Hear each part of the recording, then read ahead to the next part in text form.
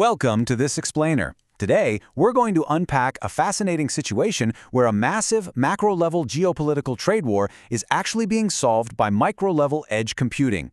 We are diving deep into the most critical year-to-date headline news trends surrounding international trade. We're going to look specifically at the policies emerging from Washington under Donald Trump, the rapidly shifting dynamics of the USMCA, also known as CUSMA, and how looming tariffs are directly hitting a massive logistical pipeline. We're talking about the export of municipal solid waste, or MSW, shipped straight across the border from Ontario, Canada, for disposal in Michigan landfills. We'll explore how shifting international treaties have basically forced a technological revolution and how a consumer smartphone is literally defending an entire supply chain against international tariffs. Here is our roadmap for today. 1. The cross-border waste crisis. 2. Ontario's 2034 landfill cliff. 3. The bioeconomy quality gap. 4. Engineering the Sentient Bridge. 5. Edge AI and compliance. And 6. Securing the circular bioeconomy. Let's jump right in. Section 1. The cross-border waste crisis. So, to truly grasp the scale of the geopolitical tension we're dealing with right now, you really need to understand this single number: 3.46 million tons. That is the staggering volume of municipal solid waste and industrial debris that Ontario exports to Michigan landfills every single year. For decades, this has been an incredibly entrenched logistical highway. The path of least resistance for Canadian commercial waste has simply been to pack it onto a truck and send it over the bridge to take advantage of historically low tipping fees in the U.S. It's a massive, highly optimized operation, and it was built entirely on cross-border convenience and open trade. But here's the thing. This exported Canadian trash doesn't just disappear. It accounts for a massive 14.35% of all waste disposed of in the entire state of Michigan.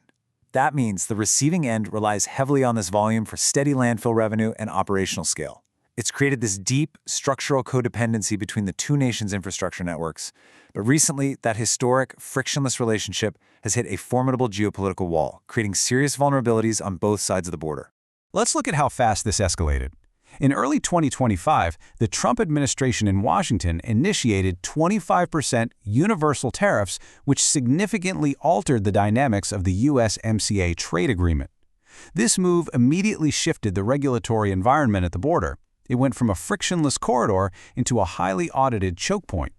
By the summer of 2026, the U.S. formally refused a USMCA extension and threatened 50% tariffs on Canadian imports. The border effectively hardened, introducing unprecedented financial penalties for materials crossing international lines. Section 2. Ontario's 2034 landfill cliff.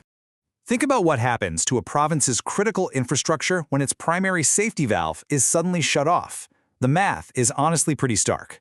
Based on the Waste to Resource Ontario memo from April 2026, if U.S. border access is restricted by these new tariffs, Ontario will completely exhaust its approved domestic landfill capacity by the year 2034. That is a rapidly approaching mathematical brick wall. Without that Michigan export route, millions of tons of generated waste simply have nowhere to go. So in response to these international tariff threats, Premier Doug Ford's administration focused heavily on a policy of waste self-reliance. To manage that looming 2034 capacity cliff, the provincial government passed Bill 5, a legislative measure designed to expedite domestic landfill capacity.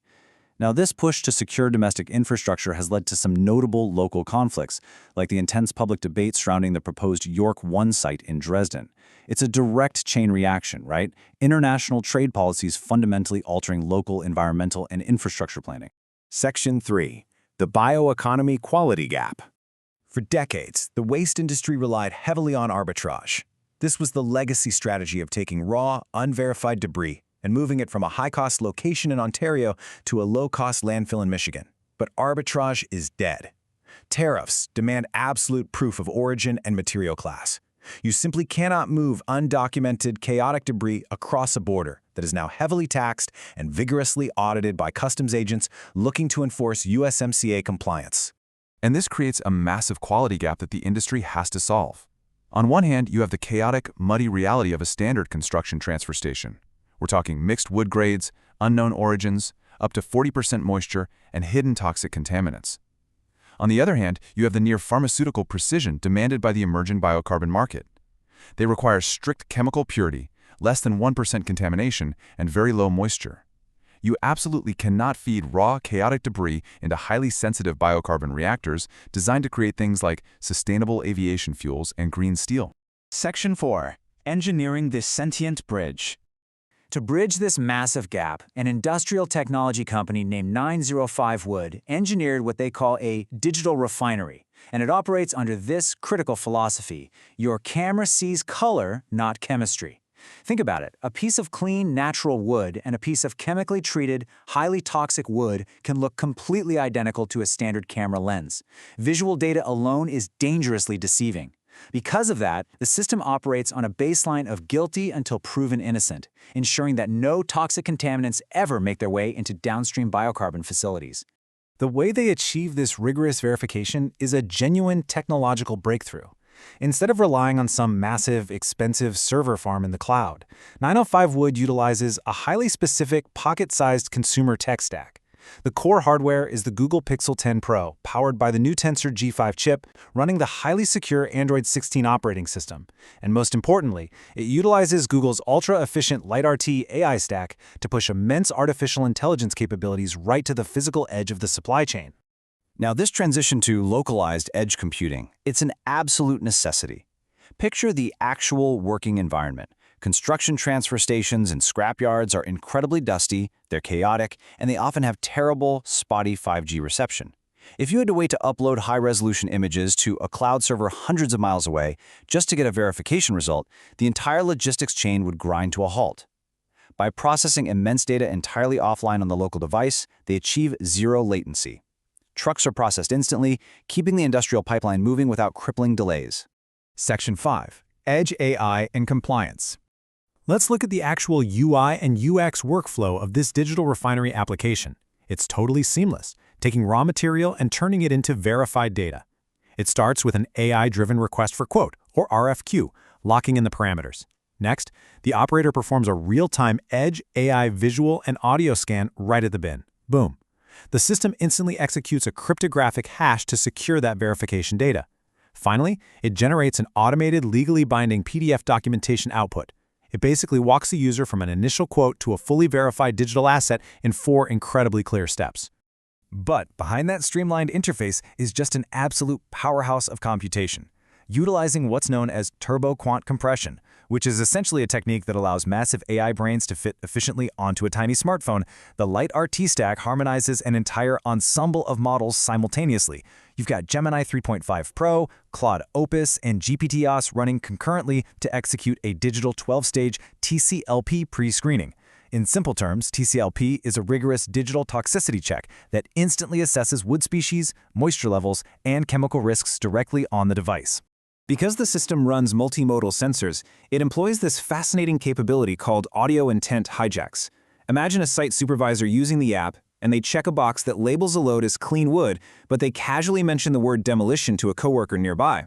Well, the Gemini AI actively listens for that audio context. If it detects danger words, it immediately overrides the visual data to flag a potential contaminant. It enforces strict compliance standards that a simple photo could never, ever guarantee. Section 6. Securing the circular bioeconomy. That final PDF generated by the application, it serves as a rigorous 9-point certificate of origin. It features cryptographically verified AI confidence metrics, pinpoint GPS data, and time-stamped seal events. This document acts as the ultimate USMCA shield. It is the exact digital asset that physically allows a truck to cross the border smoothly. It proves to customs agents with mathematical certainty that the load is a highly refined, tariff-exempt commodity, letting them completely avoid those massive 25 to 50% penalties. By operationalizing the Google Pixel 10 Pro and the LiteRT AI stack, 905 Wood acts as the sentient bridge between chaotic construction waste and the high-purity demands of the biocarbon market. They are refining data rather than just moving wood, and in doing so, this workflow completely eliminates the logistical friction caused by shifting international treaties. It transforms an expensive regulatory liability into a documented feedstock, securing Ontario's industrial leadership in a global circular bioeconomy. This is just a stunning example of leveraging highly localized compute power to outmaneuver massive geopolitical gridlock. And honestly, it leaves us with a pretty profound thought to take away. If a pocket-sized smartphone sitting in a dusty scrapyard can flawlessly defend an entire international supply chain against multi-billion-dollar tariff wars, what other impossible global problems are we about to solve right from our pockets? Thanks for joining me on this explainer, and keep questioning how the micro shapes the macro.